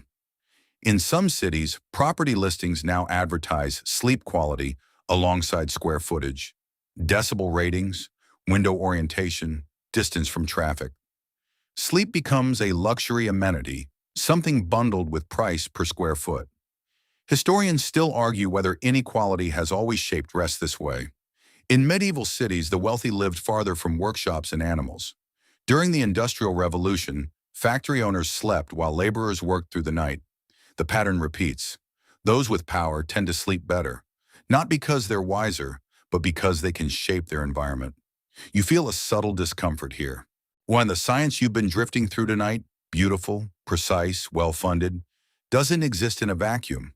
When sleep becomes optimized for a few, the gap widens. Cognitive sharpness, immune resilience, emotional regulation, all stack quietly in favor of those who already have advantages.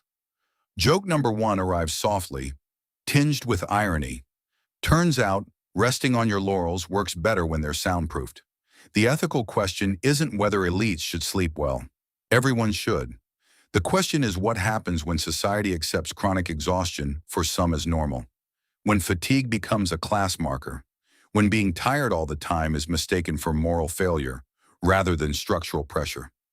Scholars still argue how much sleep inequality contributes to educational gaps, workplace accidents, and long-term health disparities. The evidence suggests it plays a larger role than most people realize. A tired child learns differently. A tired worker makes more mistakes. Fatigue compounds quietly, generation after generation. You imagine two nights unfolding in parallel. One in a climate-controlled bedroom, darkness curated. Another interrupted by sirens, screens, obligations. Both humans. Very different recoveries. Joke number two drifts by, gentle but pointed. Sleep is free, but good sleep apparently isn't. There's also an ethical tension within the science itself. When research is funded privately, access to its benefits often follows money. Personalized sleep coaching, advanced diagnostics, custom environments. None of these are inherently wrong, but they raise questions about fairness when basic rest remains elusive for many. Historians still argue whether public health revolutions, clean water, vaccination, sanitation, should inspire a similar movement around sleep. Quiet hours, light regulation, work schedule reform. The idea sounds radical until you remember how radical weekends once were. You feel something hopeful stirring beneath the discomfort. Sleep science doesn't have to widen gaps. It can also expose them. By showing how essential rest is, it strengthens the case for protecting it collectively. Joke number three arrives, softer now. Maybe the real luxury isn't better sleep tech. It's a society that lets people sleep. Your own rest feels more precious in this light, not guilty, but meaningful. Sleep isn't indulgence, it's dignity. The ability to disconnect without penalty. As the night deepens again, the ethical weight eases, not because it's resolved, but because you're allowed to set it down for now. Awareness doesn't require vigilance at 3 in the morning. A head waiting in the dark is an older wisdom, rituals and rhythms that long predate labs and wealth, and how they are being rediscovered in modern language. You drift forward as if the night itself is exhaling, releasing tension it's been holding for centuries. The questions of ethics and inequality soften, giving way to something older and steadier. This is where ancient sleep wisdom returns, not as nostalgia, but as quiet recognition. Patterns humans followed long before anyone measured a brainwave. You feel the rhythm first, day giving way to night, activity thinning, attention narrowing. There's nothing optimized here, nothing tracked, just alignment. The mainstream historical fact anchoring this return is simple and profound.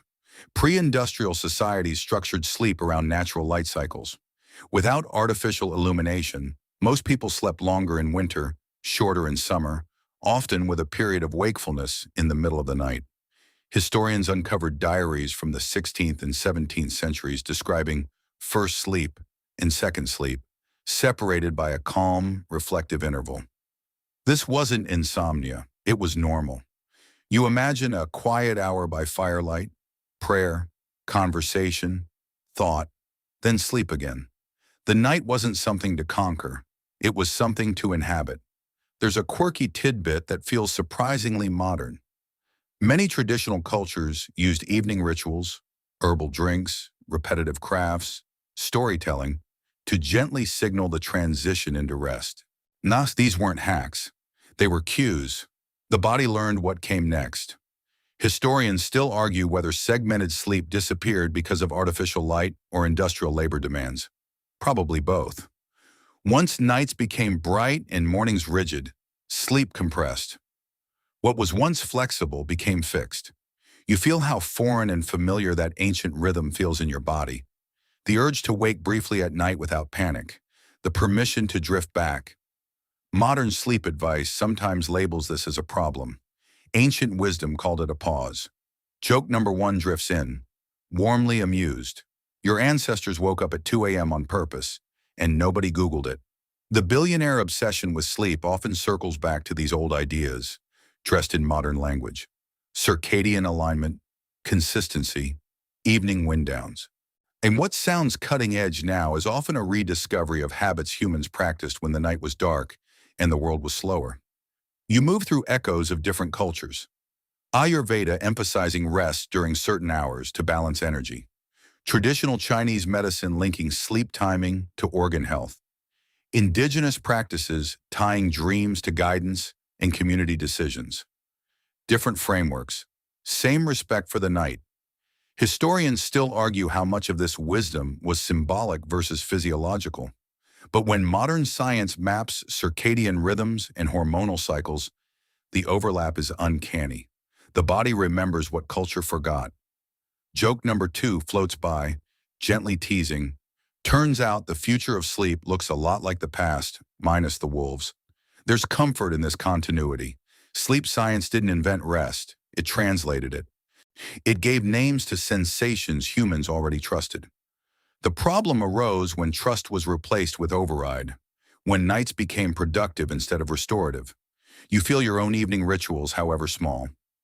Dimming lights, slowing speech, letting screens fade. These aren't luxuries. They're ancient gestures resurfacing through instinct.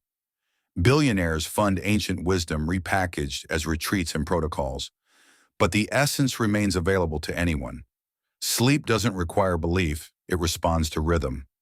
Historians still argue whether modern society can realistically return to these patterns. Probably not fully, but fragments matter. Consistency, darkness, permission to stop. Joke number three arrives like a smile in the dark. You don't need to live like it's 1620. You just need to stop acting like it's noon at midnight. The night feels friendlier here. Less like a resource to manage, more like a companion. You're not optimizing or analyzing. You're aligning. As this older wisdom settles around you, you carry it forward not as instruction, but as reassurance. Sleep has always known what to do. The challenge was never invention, it was remembering. Ahead, waiting quietly beyond the glow of firelight, are more radical questions.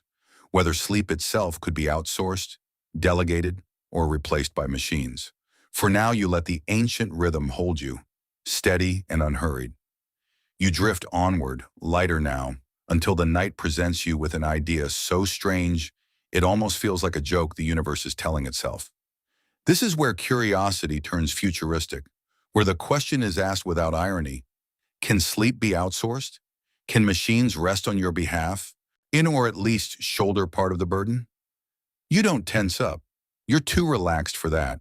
Instead, the idea floats by, oddly weightless, like a thought you'd have right before falling fully asleep.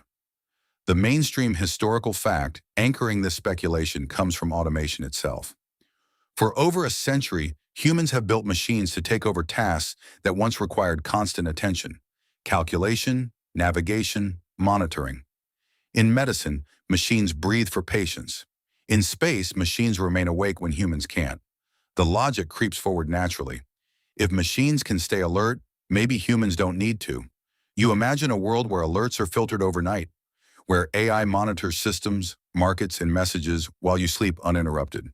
In many ways, that world already exists. And the billionaire fascination isn't with replacing sleep entirely. It's with reducing the cognitive cost of being unreachable. There's a quirky tidbit that feels both practical and eerie. Some experimental systems are designed to act as cognitive proxies, learning an individual's decision patterns well enough to flag only truly critical issues during sleep. Everything else waits. The goal isn't wakefulness, it's protection of sleep. Outsource vigilance, not rest. Historians still argue whether this represents a healthier boundary between humans and work, or a deeper entanglement that never truly lets the mind disengage.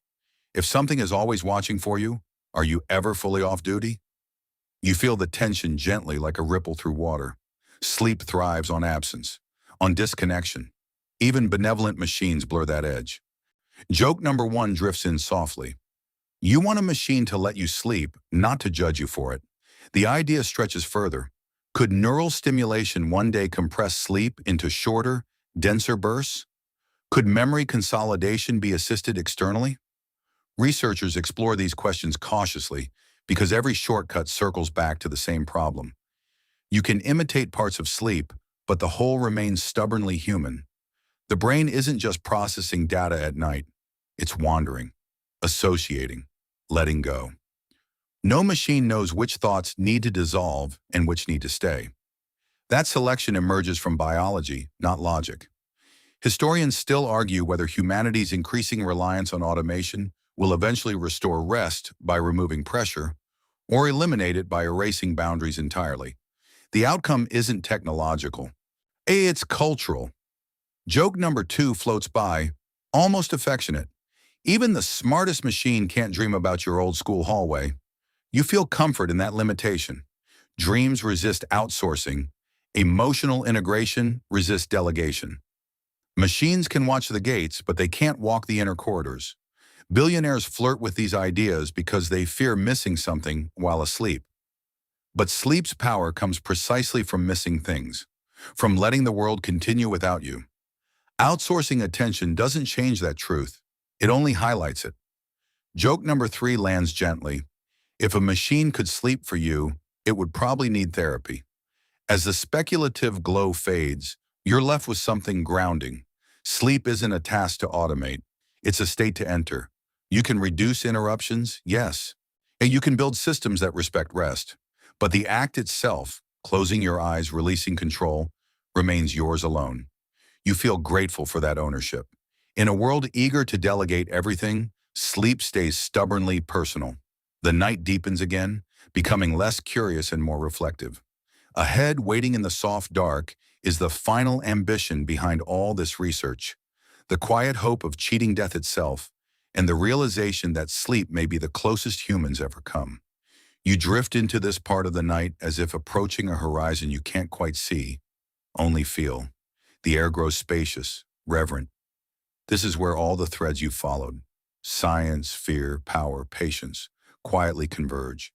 This is the ultimate goal, cheating death, or at least slowing it enough to look it in the eye without panic. You don't feel afraid here. Not exactly. More curious. Because the idea isn't new. Humans have always searched for ways to outlast themselves. The mainstream historical fact anchoring this ambition stretches back thousands of years. From ancient alchemists seeking elixirs of life, to modern longevity science studying genes, stem cells, and caloric restriction, the desire to extend life is one of humanity's most consistent projects. What's changed is subtle but profound. Sleep has entered the conversation not as folklore, but as evidence-backed leverage. Sleep doesn't promise immortality, it promises continuity. You feel the distinction settle gently. Cheating death doesn't always mean living forever. Sometimes it means delaying decline long enough to stay present, to recognize faces, to follow conversations. To wake up feeling like yourself for one more decade, maybe two. There's a quirky tidbit that feels almost poetic in its humility. Some longevity researchers quietly admit that the most consistent trait among long-lived populations isn't advanced medicine. It's regular, unhurried sleep. No heroics, no hacks, just nights that end when they're done. Historians still argue whether humans will ever meaningfully defeat aging or whether every breakthrough simply shifts the boundary slightly forward. But sleep occupies a strange position in that debate. It doesn't fight death directly. It maintains life faithfully, night after night, without demanding belief. You realize something important here. Sleep is the closest thing humans experience to daily disappearance. You surrender consciousness, you let go of control, you trust that you'll return. Thus, in that sense, a sleep rehearses mortality, gently, reversibly. Joke number one drifts in, soft and knowing. Every night you practice being gone, and every morning you come back. That's why some philosophers have called sleep a small death, and death a final sleep. The comparison isn't meant to frighten, it's meant to normalize surrender. Billionaires may chase longevity, but even they must rehearse letting go every night. No amount of wealth exempts you from closing your eyes. Modern science adds an unexpected kindness to this idea. Sleep protects the mind from fearing the future too intensely. Well-rested brains handle existential thoughts with more balance, less dread. Fatigue magnifies mortality anxiety. Rest softens it. Historians still argue whether cultures with strong sleep rituals also develop calmer attitudes toward death. And the correlation is tempting, if impossible to prove, but you feel its logic intuitively. A body that rests deeply trusts continuity. Joke number 2 floats by, barely louder than breath. It's hard to fear the end when you're really good at resting. For billionaires, sleep becomes the most honest longevity strategy because it doesn't pretend. It doesn't sell fantasies. It doesn't promise miracles. It simply preserves what you already have for as long as biology allows. In a world full of grand claims, that modesty is rare. You sense the relief hidden beneath the obsession. If survival depended entirely on cutting-edge interventions, the pressure would be immense. But sleep is democratic in its mechanism. Everyone enters it the same way, eyes closed, breath slowing, control released. Joke number 3 arrives gently. When almost affectionate, death may be inevitable, but tonight is not the night. The darkness around you feels complete now, not empty. Sleep isn't a detour from life. It's part of its architecture, a recurring pause that keeps the story readable. As this understanding settles fully, the night prepares to carry you into its final movement. No more ambition, no more strategy, just letting go into the simple human act of rest. Ahead, waiting softly, is the last release, the moment where survival anxiety dissolves and you're allowed to rest not to live longer, but because you're alive now. You arrive here without effort, as if the night itself has gently set you down. Nothing more is being asked of you now. No lessons, no strategies, no survival calculus.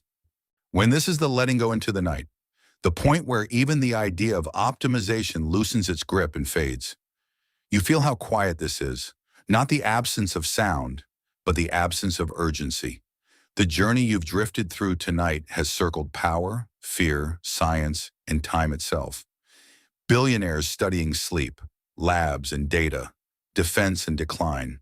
But all of that slowly dissolves here because none of it matters in this moment. Right now, you are simply a human body doing the most human thing imaginable: resting.